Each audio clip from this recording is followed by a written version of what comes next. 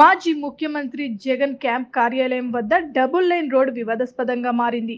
ప్రజాధనంతో నిర్మించిన ఆ మార్గంలో ఎవరిని అనుమతించకుండా జగన్ భద్రతా సిబ్బంది ప్రైవేట్ రహదారిగా మార్చేశారు. మరోవైపు ప్రజాధనంతో కట్టిన నిర్మాణాల నుంచే ఇప్పటికే జగన్ రాజకీయాలు చేస్తుండడం విమర్శలకు తావిస్తుంది. ఈ వ్యవహారాలపై త్వరలోనే ప్రభుత్వం విచారణకు ఆదేశించనున్నట్లు తెలుస్తుంది.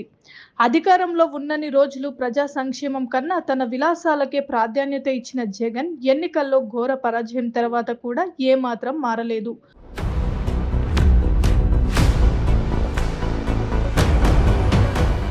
ప్రజాధనాన్ని సొంత సొమ్ములా ఊహించుకుంటూ రాచరికంగా వ్యవహరిస్తున్నారు.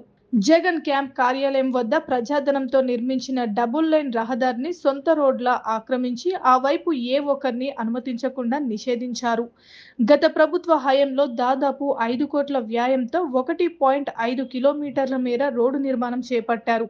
ప్రకాశం బ్యారేజ్ నుంచి రేవేంద్రపాడు వరకు డబుల్ లైన్ రోడ్ వేయాలని నిధులు మంజూరు చేస్తే వాటితో కేవలం 1.5 కిలోమీటర్ల మేర మాత్రమే రోడ్డు నిర్మించారు.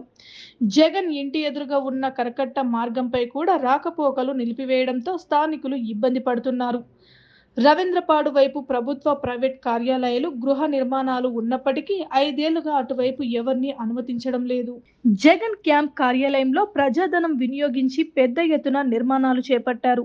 ఆ భవనం ప్రైవేట్ కట్టడం అయినప్పటికీ భద్రతా పేరుతో ఇంటి చుట్టూ ప్రహారీపై 20 అడుగుల ఎత్తులో ఐరన్ ఫెన్సింగ్, 1.13 కోట్ల ఖర్చు చేసి సోలార్ ఫెన్సింగ్ ఏర్పాటు చేశారు. క్యాంప్ కార్యాలయంలో ప్రస్తుతం వినియోగిస్తున్న ఫర్నిచర్, ఇతర సామాగ్రి కూడా ప్రజాధనంతో కొనుగోలు చేసినవే.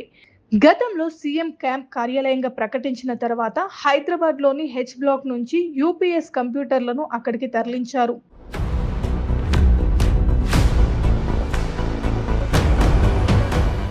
ఆయన మాజీ ముఖ్యమంత్రిగా మారిన తర్వాత క్యాంప్ కార్యాలయంలో రాజకీయ భేటీలు మాత్రమే నిర్వహిస్తున్నారు. దీని ప్రస్తుతం వైకాపా కేంద్ర కార్యాలయంగా మార్చుకున్నారు. ప్రజాధనంతో కొనుగోలు చేసిన ఫర్నిచర్, ఇతర సామాగ్రిని వైకాపా కార్యాలయంలో వినియోగించుకుంటున్నారన్న విమర్శలు వ్యక్తమవుతున్నాయి. దీనిపై అధికారులు ఆరా తీస్తున్నట్లు సమాచారం. అప్పట్లో నిధులు మంజూరుకు విడుదల చేసిన జీవోలు ప్రధానంతో ఏ సామాగ్రిని కొనుగోలు చేశారనే వివరాలను తెలుసుకునేందుకు అధికారులు ప్రయత్నిస్తున్నారు. దీనిపై త్వరలోనే విచారణకు ఆదేశించే అవకాశం ఉంది.